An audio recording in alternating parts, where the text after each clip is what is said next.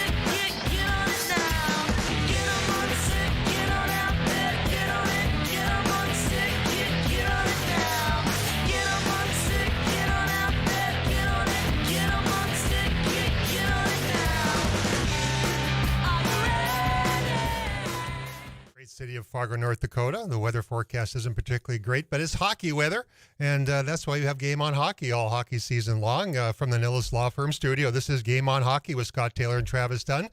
We appreciate you tuning in. A couple little glitches, but hey, we power forward, and with that, we bring in to the studio Mr. Scott Taylor, I hope.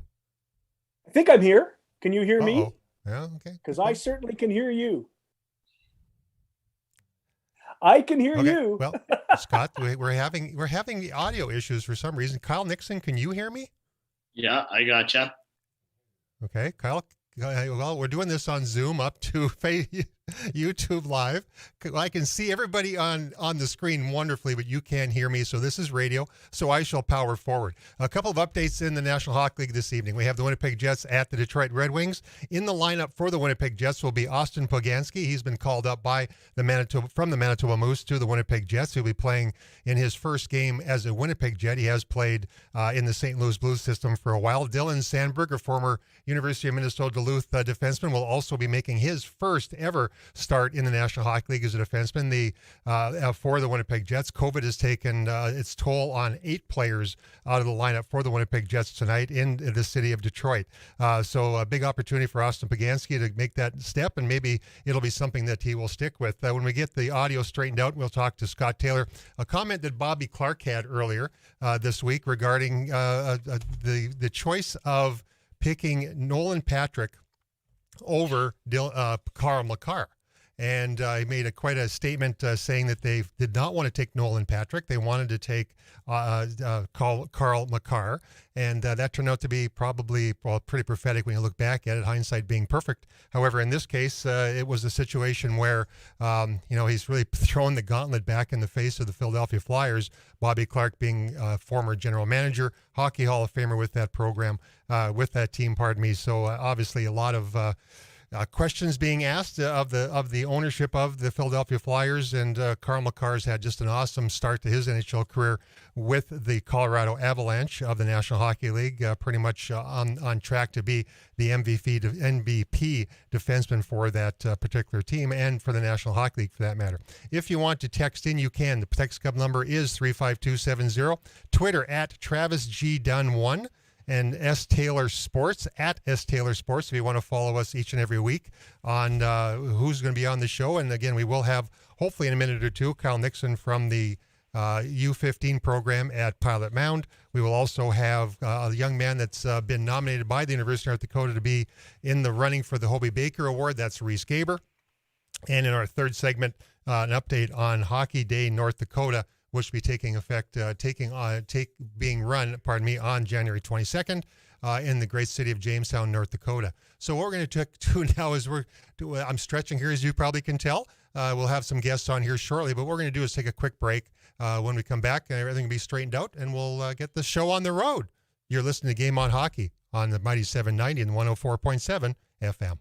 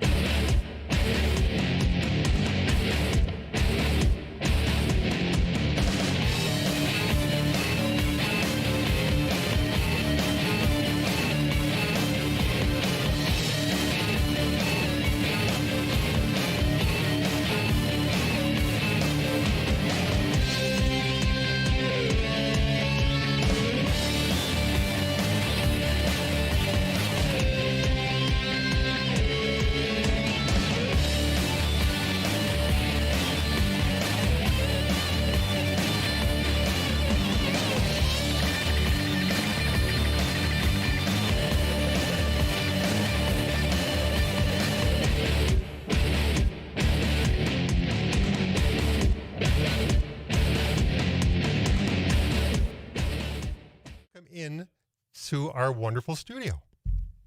I'm glad I'm back. Am I back? You're definitely back. See, I've been sitting here smiling at you, and I've heard everything you've said. Well, that's good. I hope I made sense. Me. I hope I made complete sense. And just a couple of quick things. Obviously, let's touch before we bring Kyle on. The Winnipeg Jets, obviously 8 players on COVID protocol. They're in Detroit tonight, giving Austin Poganski, a former UND Fighting Hawk, an opportunity. And Dylan Sandberg, his first game in the National Hockey League as a rookie defenseman. What kind of impact will Dylan Sandberg, do you believe, have on this lineup this evening? He's going to play a lot because there's nobody else. The Jets have 8 players in COVID and 2 players injured. So they have 10 starters out of the lineup. So as my colleague Carter Brooks wrote today at GameOnHockey.ca, the Manitoba Moose are playing the Detroit Red Wings tonight. And we're going to have an opportunity to see a lot of guys that are making their National Hockey League debuts much sooner than anyone suspected. This game should never have been played. To charge money at NHL prices to watch this, I guess it's a big deal for Detroit. They should have a nice night tonight. I have wagered a large amount of money at bet365.com because to be honest with you, the Red Wings are not playing the Winnipeg Jets. Yep. This is not the Jets. We can always keep our fingers crossed and hope that Austin Poganski scores 5 tonight, and Dylan Sandberg is a +7, and here we go. The Jets will win, but it's going to be awfully tough against the Detroit Red Wings team that is getting better all the time and is not as bad as a lot of people think they are. And big news this week, Nick Lidstrom, the Hall of Fame defenseman, now has been brought back into the fold with the Red Wings vice president of something. What exactly was that? I can't remember exactly, but obviously an impact hockey moving operations, forward. Yeah. Hockey operations. He's got a big job and should have. Remember when we had Keith Gave on and we talk about who would you rather have, Bobby or Nick Lidstrom? And Keith Gave picked Nick Lidstrom. Yeah, that's right. Two different styled hockey players. Bobby Orr was the greatest offensive defenseman I think we've ever seen. But Nick Lidstrom won 113 Norris trophies. Yeah. I might be exaggerating a little bit there, but he might have been the best defensive defenseman who ever played in the National Hockey League, and obviously knows talent and obviously knows how to make the defense better. Well, I tell you what, after your giddy opportunity last week to visit with Bernie Perrant, have you come off of the cloud of that giddiness? Yeah, I haven't. It got back to reality. I've got a magazine to get out, so there you go. I've been chasing coaches around all over the province. For those of you who did listen last week and those who didn't, well, we had the Hall of Famer Bernie Perrant on, and Scott was rather giddy to have that Hockey Hall of Famer. A great interview. If you want to see it, you sure can. You can go to YouTube, search Game On with Travis Dunn and Scott Taylor. You can listen to that. A great interview with the Hall of Famer. But Bobby Clarke this week made quite a statement. Questioning that, basically bringing to the forefront that they didn't want Nolan Patrick, and Nolan Patrick, that last name is somewhat familiar. James Patrick is his uncle, but they said that Carl Makar is someone that they wanted over Nolan Patrick, but they went Nolan Patrick's way. What's Bobby Clarke trying to do? No, I don't know. Throw a wrench in the gears, I guess. Well, I mean, hindsight's perfect. Hindsight is tremendous, isn't it? Isn't it really outstanding? Is. I don't believe for one second that nobody wanted him. Right. I've never heard of a general manager, a coach, or an owner who has said to every single scout, "You're wrong." Yeah, good point. If that was the case, they should have fired the scouts and the director of scouting that day. Should have been fired, gone, and done the draft without them at all. It sounds a little fishy to me. And yeah, it looks great. Cale Makar is a great hockey player. Looks good. Nolan Patrick should be a good hockey player. He's been hurt most of his career. Yeah. The should-haves and could-haves, right? Shoulda, coulda, woulda, didn't. And with that, we'll open the gate and let in Kyle, Coach Kyle, the U15 head coach at Pilot Mound Hockey Academy. The first question I'm going to throw your direction is COVID? I'll say it in this question way. COVID, how is your program staying away from that bug? I anticipate they're not. Yeah, it's something that's really got out of control over the last little while, and we're just doing our best to try and follow the health and safety protocols that are out there and try to be responsible. We're fortunate right now for our U15s. We don't have a very big schedule coming off Christmas break until the end of the month when we get real busy. So we're just practicing, trying to stay healthy. Our older guys are going through a little bit of COVID hitting them kind of hard. I think the girls' team's had a few cases, so it's around the town just like everywhere else, and we're just doing our best to stay safe. So you're generally healthy, your club? Yeah, we're so far so good. Fingers crossed, but that could change day to day. We're going to talk later with Reese Gaber, who the University of North Dakota has nominated as one of its 2 nominees for the Hobey Baker Award as the best player in NCAA Division I hockey. You're from that part of the country. He's from Gilbert Plains, and you are from Russell. Tell us about that area of Manitoba and why it produces so many good hockey players, because it really does. Yeah, I grew up there. My family's still in Russell, and actually my mom's side of the family is originally from Gilbert Plains. So I've spent lots of time there, pretty familiar with the area. And yeah, when you guys were talking about Reese Gaber, I don't know him personally, but I knew that he was from that part of the province. So they've been doing a pretty good job in Parkland over the last, or for at least as long as I can remember. You look at Pulak in the NHL as an example. So yeah, hockey's big out there, and they've been able to produce some pretty good players. Do you go out there to recruit much? I mean, this whole process has been fairly new to me, but I do have a lot of buddies that have gone through hockey and started young families specifically in Russell and have some connections to the area. So that'll definitely be an area that I try to focus on a little bit as we try to bring guys to Pilot Mound. As you develop players in the U15 program, do you ever look at something like what's going on at OCN, the OCN Blizzard this year, the Manitoba Junior Hockey League? 6 graduates from the Pilot Mound Buffaloes are playing regularly now with the OCN Blizzard. That's got to be big for a small operation like yours in a really small town in southwestern Manitoba. Yeah, anytime you can have guys be a part of junior A programs and be a big chunk of the core, I think looks good for what we're doing to develop players here. And when they go to OCN and you kind of follow along with what they've been able to accomplish, I think nothing but positive things reflecting on the academy when you see that happen. You know, when you see the players obviously take steps in the direction, and those not familiar in this neck of the woods with the OCN Blizzard of the Manitoba Junior Hockey League, the opportunities for youngsters in Minnesota and North Dakota then to step into the USHL or the NAHL opportunities, how do you help them make those strides to get better each and every day to achieve those goals? Yeah, I think it helps at the U15 age to see our older guys. We're always around the rink at the same time, so we see them practice, we follow their games, and kind of just to see what the stepping stones are from where we're at as grade 8 and 9 players, and then what they're going to go through as they get older, and then ultimately the goals are to play junior hockey or a higher level once they're finished at the academy. So for what they're trying to accomplish, it's not just telling them, oh, you need to do this, or you need to do that. They can actually see it. And then when you see guys that are alumni, you can see what the next step is. And in theory, it's very possible to come from the Pilot Mound Academy and then be successful once you age out of high school. One of the things about Pilot Mound is you get to be on the ice every single day. Plus, there's probably some open ice at night too. Is that a big drawing card to bring players to your program?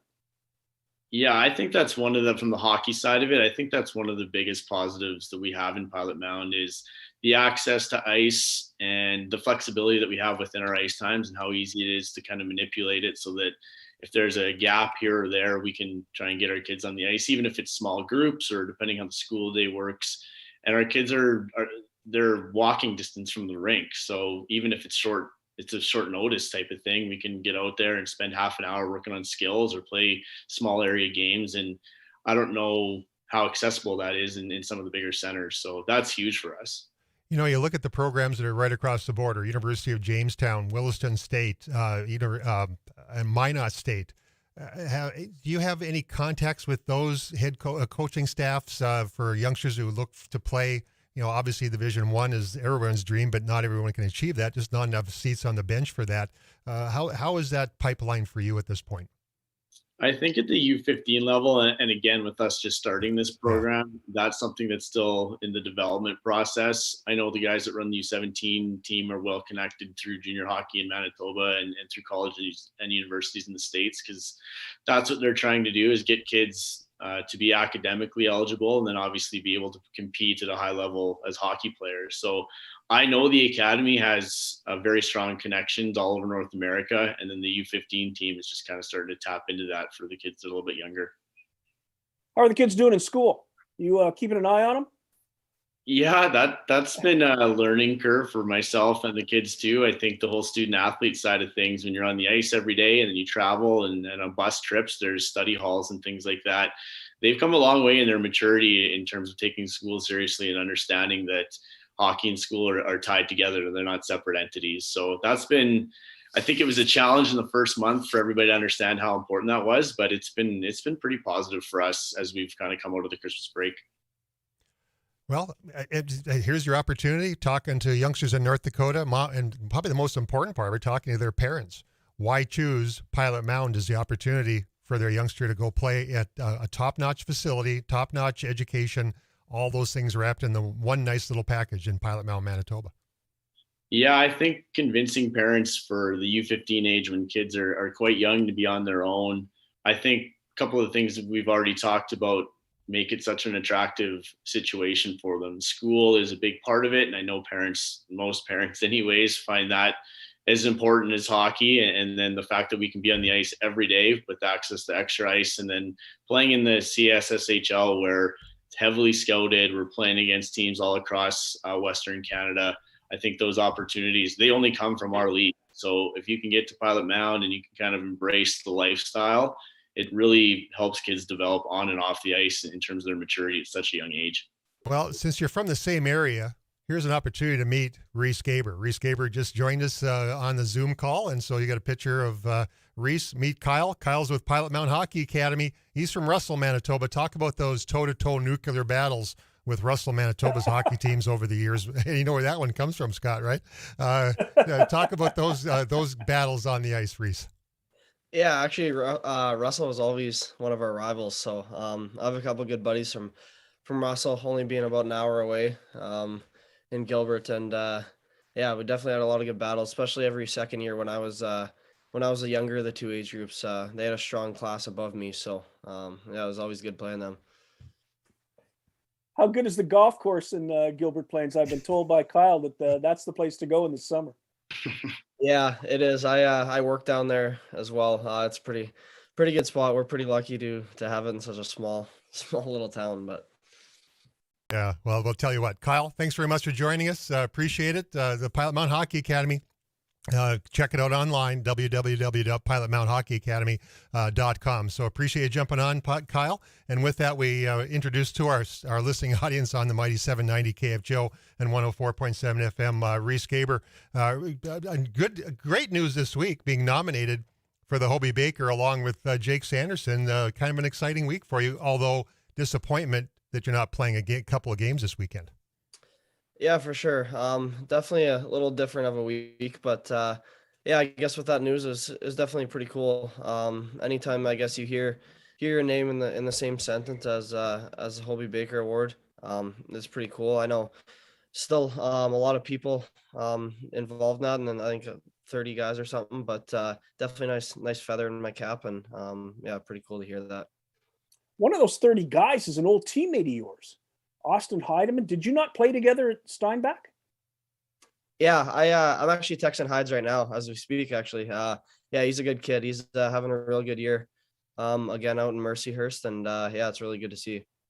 Well, that says an awful lot about your experience in the Manitoba Junior League. I know you kind of a major name heading south, but the reality is you were a star in the MJHL, and a lot of people may not know this, but just about every team in the league, when there's no COVID, has a full slate of American players on their roster. They can have 6, and most teams have 6. And Austin Heidemann is one of those guys who took that advantage. Yeah, for sure. He came in and was really big for us. I only joined them halfway through the year, obviously, but yeah, he played on that top line with Schoonbart and Warad. Warad's another guy, probably. I was very shocked he wasn't on that final 30 list. But yeah, that's definitely Paul. You got to give Paul credit there. Paul does an unreal job with just everything he does, but especially bringing in his Americans. Well, for those who don't know, Paul is Paul Dick, the head coach of the Steinbach Pistons, a team that you spent some time with. Tell us the difference for those of us north who know kids who play in the MJ and also the United States Hockey League. What's the difference in the level, and what did the USHL do for you to get you ready to play for North Dakota? I think the biggest thing moving on to the USHL was probably the depth of teams. I think obviously your top end guys in both leagues, but I think in the MJ maybe falls off a little more. You see in the USHL a lot more guys on your third, fourth lines are still committed to Division I schools, moving on and everything. And yeah, I think that was probably the biggest takeaway for me. And then I think obviously with that, just your level of competition you're playing against every day, really got me ready for North Dakota. And I was glad that I ended up staying 2 years in Dubuque. And I think that was really important for me. You know, there's the social media part of the equation, Reese. You know, we kind of all follow along with it, and the fan base at the University of North Dakota, they kind of get over the edge once in a while when the team, you know, loses a couple of games, like against last week against Cornell. By the way, a very, very good hockey team, which I know you'll attest to. You know, a month or two ago, you go into Denver, you sweep Denver, the Pioneers. Now they have gone on a streak and they haven't lost since that day. This University of North Dakota hockey team is a pretty good team. The competition level, as you see on a week-to-week basis, they rise to take you on each and every week because of that University of North Dakota reputation. There's no such thing as a weekend off, is there? No, not at all. I mean, it really isn't. You can't even really take a period off. Obviously it's pretty tough to go as long as we did without getting swept. It obviously sucks that it happened, but you know what? It happens to every team. I think that was the first time since maybe 2019 that we've got swept here at UND, which is pretty crazy to think about, really. And yeah, I think obviously looking at that weekend, you got to give Cornell credit. They came out ready to play, and obviously I think we probably maybe deserved a little better. Obviously blew the first game there, but in the end it's over with. And I know we just got to stick together and keep working hard, and we know what we're capable of. So nobody in our room is worried about that weekend. As a Hobey Baker nominee, even though it's early in the Hobey Baker race, you're still a nominee. It makes you one of the 30 or so best players in college hockey in the United States. What's that mean to you? Yeah, like I said, it's pretty cool to just hear my name alongside that award, even though it's just 30 guys. I mean, like I said, there's a ton of guys I feel that definitely could have been on that list instead of me even. And I mean, I think it's obviously really nice to be recognized and see that people have kind of paid attention to my success. And yeah, I think just moving forward, it's something I'm not worrying about or really thinking of at all. I'm just focused on kind of just putting my head down and going to work here, and obviously trying to have a good second half. And obviously we're going to try and win some games and achieve our goal of a national championship. You know, you talk about putting your head down and working each and every day in practice, and obviously the opportunity to be in that wonderful facility in Grand Forks, which, by the way, listening audience, if you've never been there, please just go there and look at that place. It will inspire you to be a hockey fan, but inspire you to be a hockey player. When you first stepped on the ice at UND, what were you expecting to work on to improve to be a better hockey player, and where are you now, and what do you need to work on to take the next step even further? I think just being the stature that I am, I think it's always going to be a thing of getting bigger and stronger. So I think that's always my focus. But I guess coming in, just realizing every level you move up on, there's going to be less and less time with the puck. So I think just making quicker plays and having pre-puck awareness is definitely something that I've tried to work on. And now I think obviously how tough it is to score. Generating 5-on-5 plays is something that I really want to keep working on, obviously. So yeah, I think right now, obviously, I just try and find little things to add to my game, very minor things too, each day that I can kind of add to my game that are going to give me an advantage over other players. When you stepped into UND from the USHL, and we've talked to a number of the graduates who are now playing pro hockey, the step was pretty big for them to go from college hockey to pro hockey, but they're starting to adapt. For you, how big was the step, and how long did it take for you in your gut to say, okay, I'm good enough for this level, I'm ready to go? To be honest, I think right away I felt that I was good enough to play and be ready to, I think, taking that extra year in the USHL. I think just the confidence that meant a ton to me. And I think coming in right away, obviously I had a good start, and Obviously I attest a ton to that too. To Brad and the coaching staff putting me in a good situation there. Obviously starting with Pinto, pretty easy to succeed when you're playing with him. So yeah, I think just coming in right away, it was pretty special to be able to have that start and obviously not look back. So. Well, I'll tell you what we're going to do. We're going to take a quick break. We're going to keep Reese on board. Scott, we're going to take a quick break. When we come back, we'll continue this conversation with the sophomore sensation for the University of North Dakota men's hockey team, Reese Gaber. You're listening to Game on Hockey. Take a quick break. We'll be back after this from the Nilles Law Firm Studios on the mighty 790 KFGO and 104.7 FM.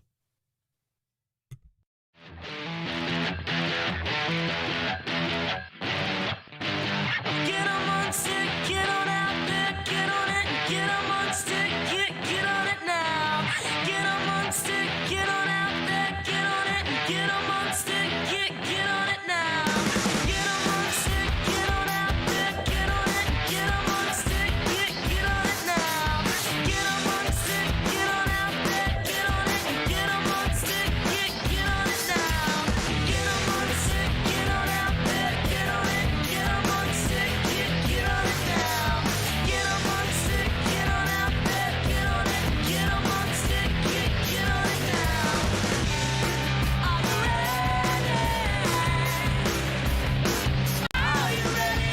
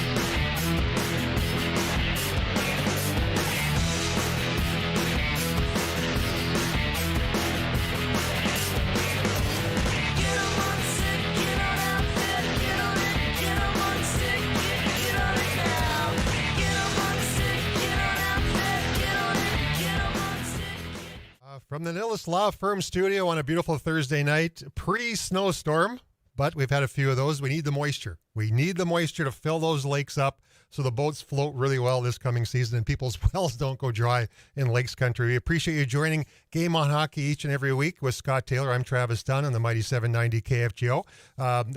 Our guest, we continue the conversation with Reese Gaber. But Reese, I've got to do a quick commercial for the Golf Center in Grand Forks. Now, I know you're a pretty doggone good golfer, correct? Yeah, not bad. I play my fair share. Have you been to the Golf Center in Grand Forks? No, like which one do you? Well, that's with Brian Leach and all the guys down there on Columbia Road. They've got all the golf equipment. Well, you should go there because those guys. I don't know. Okay, well, they're the sponsor of this segment, by the way. So you got to go down there.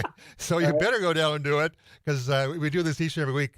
Jordan Kawaguchi bought his golf equipment there. Brad Berry's bought his equipment there. I bought mine there. I had a putter fitting this past fall, so I'm guaranteed to make 4 more putts per round, Reese, which makes me not a bad golfer.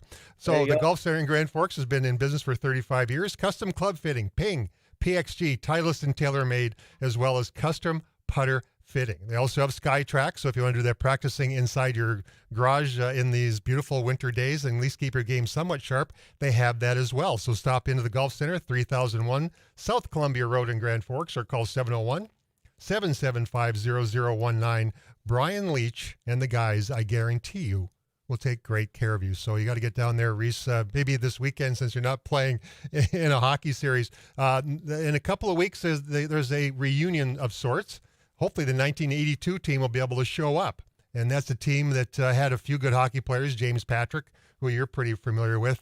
How much do you guys pay attention to the years before you got to UND and all the wonderful teams, the 82 team, the 87 team, all those national championship teams have gone before you. Yeah, I think it's definitely something we pay a lot of attention to. I mean, those people before us are what built the culture and are a huge reason for what we have now. And we really just try and carry on the tradition and add to the tradition. And I think looking back at those teams, it's pretty cool to see all the alumni that have got to wear the same jerseys as us. And I guess I should say that we get to wear the same jerseys as them. But yeah, it's definitely really cool and definitely really cool to follow along with that stuff. You had more than one university scholarship offer. You had an opportunity to play in a couple of places. Was that championship legacy part of the reason you picked UND, or was it because you walked into that dressing room and said, "There's no better place in the world than this place"? Honestly, when I reopened my recruitment, I mean, I honestly didn't even need a visit. That was the easiest decision in my life. Really, like, all I needed was an offer from Brad and the coaching staff, and that was honestly all I needed. So, yeah, I think looking back, I was just solely focused on coming here, and I even let other teams know that. I said, like, look, I wanna go to North Dakota, and if that doesn't happen, then I'll let you know. But that's where my head is, and that's my goal. Why was that? What did it to you as a young man to focus entirely on UND? I think just growing up in Manitoba, that's kind of really the only college that you know about, and what you do know about it is just how amazing this place is. And it's still every day. It's pretty mind blowing that I'm even here, and get to spend every day in the Ralph and have the opportunity to play here for UND. It's pretty cool, and it's something I'll never take for granted for sure. So yeah, I think obviously growing up in Manitoba and just knowing how special this place is, there's no better college hockey place in the world. So pretty easy decision. You have ridden a lot of buses. We're talking to Reese Gaber, a sophomore sensation forward for the University of North Dakota men's hockey team, off this weekend due to COVID considerations, of course, but so a weekend off, one that they wish they didn't have off as they want to get back on that train. You've ridden a lot of buses in your career. Explain to us what it's like going, say, on a road trip to Denver, Colorado. How does your team travel to get there? Yeah, so we take our bus from the rink to the tarmac, and we go through security at the airport and hop on our charter plane, and then fly into wherever it is, say Denver, and we have a bus waiting on the tarmac, load the gear, and load our gear onto the trucks, and then just head to the rink. So you're telling us it's better travel now than it was from Dauphin to Winkler to play a game. Yeah, the bus trips are always fun, but yeah, the chartering everywhere is definitely not bad. I got the charter once, and that was actually to Providence, Rhode Island in 1980. And Reese, you obviously weren't born at that point, but we got to fly to Providence, Rhode Island to play in this little thing called the National Championship. It wasn't called the Frozen Four in those days, Reese. It was just the National Championship where we were able to pull off a victory, and we got the charter back. Chartering is a very nice way to travel, and you're home in bed by 2:00 in the morning on a road trip. That's it beats taking the bus, or in our case, we flew back in the day North Central Airlines, Scott, which we would fly to Minneapolis and catch, and fly to East Lansing or wherever else we went. So it has changed dramatically, but it just mainly comes down to the size of the airplanes. Pretty hard to carry a skate sharpening machine. Now, explain this to me as well, Reese, and I think the rules still fall into play. As a freshman, you're responsible for carrying gear, skate sharpening, sticks, and all that stuff as well, right? And loading stuff? Yeah, the freshmen pack the bus, and then the trucks go ahead and they get to the tarmac before we do, so that the plane's already loaded, but we have to unload the plane on the tarmac and then obviously at the rink. But basically, it's mostly the freshman's job, but the other guys help out a lot too, which is nice. Yeah, it kind of makes it a team, doesn't it? Speaking of gear, you need more jackets as I look at your room behind you, or a closet. Tell us about, well, I see the Canadian one over there, but there's a lot of green back there. You a gear hoarder? Yeah, I got all my stuff organized. I have it from jackets to sweaters to t-shirts and all my UND stuff all in order. So I'll just say that I made it look tidy because I know my mom's probably watching. So Yeah, exactly. And if you want to watch this, you can see Reese's stack of clothing, or stack all piled up very neatly, or hung up very neatly. You can look it on YouTube live and watch this, or obviously follow this at a later date. And by the way, Mom, he's doing really well. Who are your roommates where you are now? So I live in kind of a duplex. We have 8 guys in our house. So on my side, we have it's me, Griffin Ness, Brennan Booty, and Cooper Moore. Then the other side is Louis Jamernick, Luke Bass, Schmaltz, and Ports. So we got a big crew. To talk about the camaraderie that's garnered with just the living arrangement itself. You lived with a lot of people in your career. A lot of great friendships made, aren't there? Yeah, for sure. Especially this year, it's pretty fun. Living with 8 guys, like we're constantly hanging out together, and even away from the rink, like we don't spend enough time together at the rink. But yeah, it's definitely really fun, and it makes for a lot of memories, that's for sure. What's it like to be out of a billet family? Yeah, it's different. Obviously, I think without our chef John, life would be pretty difficult. But yeah, in the summer we have to learn to cook for ourselves and make meals, and been trying to I guess adapt to that. Not the best cook or anything by any means, but yeah, it's nice. Not having billets is different. I had really good billets. I was super fortunate all my years of junior, but yeah, it's definitely a good setup here as well. Well, Reese, hopefully the team stays away from that thing called COVID. Hopefully the season can continue starting next week. Scott and I really appreciate you jumping on board, at least on a leisurely Thursday night for you, and no travel involved. But stay healthy. Do this again sometime soon. We sure appreciate it. Scott, any last word for this young man? Well, the only thing I wanted to ask him about is something we talked about in the break. I did an interview with a player this week who's on Canada's Olympic women's hockey team, and she called herself a gear hoarder. She's still got her goalie equipment from her 2 years at North Dakota and her 3 years at Wisconsin and all of her time with Canada's national team. And as she says, now we get everything for free, and I've still got it all. Reese, were you a gear hoarder? Do you still have your gear from Dauphin, Steinbach, Dubuque, or have you given that all away to kids? No, I have pretty much all of it. My former billets, they have a little guy that I'll give a sticker, my skates to, just hand it down when he's ready. But other than that, I pretty much have everything kept still, and I guess I always will. I know my dad still has some of his gear from when he played in Humboldt, and it's kind of cool to look at now, like the helmet and stuff they use. So yeah, I'm definitely going to be keeping that stuff. Yeah, the only thing I've got is an old number 20 jersey with the Fighting Sioux logo on it, autographed by Dan Brennan, and of course myself. He was on the 82 National Championship team. I was on the 80. So that hangs in my office in a place of pride, and I'm sure you have a lot of things to hang. When your career is over with, I'll call you the Alex Ovechkin of this University of North Dakota hockey team. You're the power play expert. That's Reese Gaber, everybody, and we sure appreciate you joining us on this lovely Thursday night on Game on Hockey. Reese, let's do this again sometime soon. Yeah, for sure. Thanks, guys. I appreciate you having me on.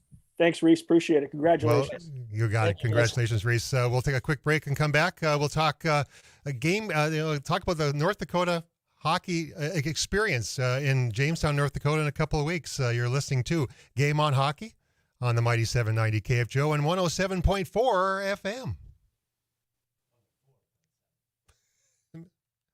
I'm just.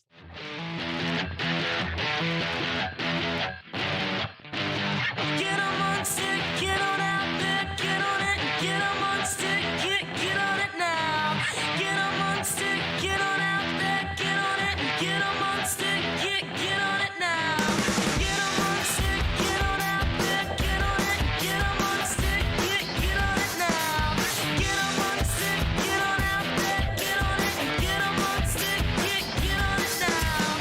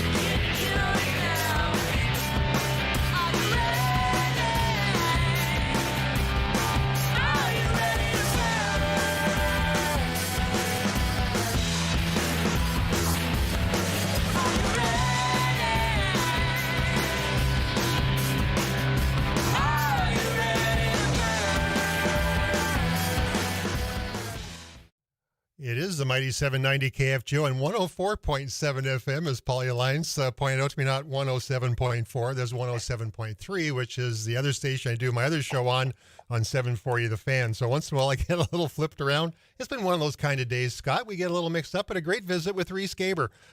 Pretty eloquent young man who's, boy, the miles he's put on to play this game, but he's risen to quite the level, hasn't he? He's got a great future. I like what he said when he talked about him getting bigger and stronger. He's a 5'8" hockey player. It's going to be tough for him to make that jump to the National Hockey League, but not impossible.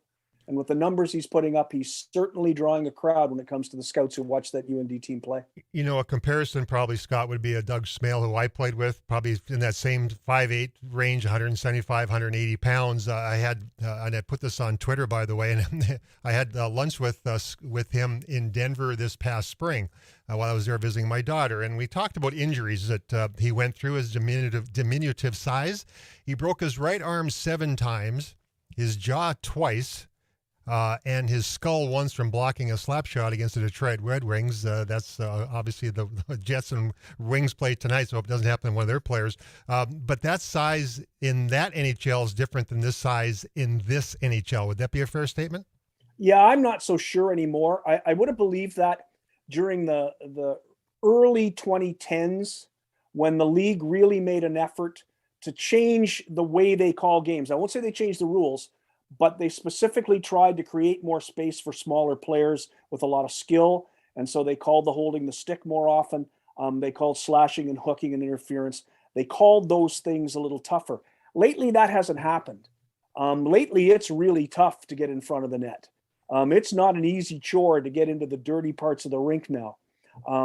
Players are getting bigger and bigger and bigger all the time. I think there is a belief among coaches that there is a spot for highly skilled small players, but it's tougher, I think, than it was 10 years ago. And the way scouts look at players now is so much different. They'd see a guy as tall as you and as lanky as you, where you didn't get a look in 1980, you would get a look now. You're the type of player that scouts look a lot closer at than a fast, skilled 5'8" guy. That's not to say they don't look at them, but they're really looking for these bigger, stronger, tougher players. And maybe not tougher by anything other than reputation. They may not really be that much tougher. So it's going to be difficult for Reese to just jump into the National Hockey League.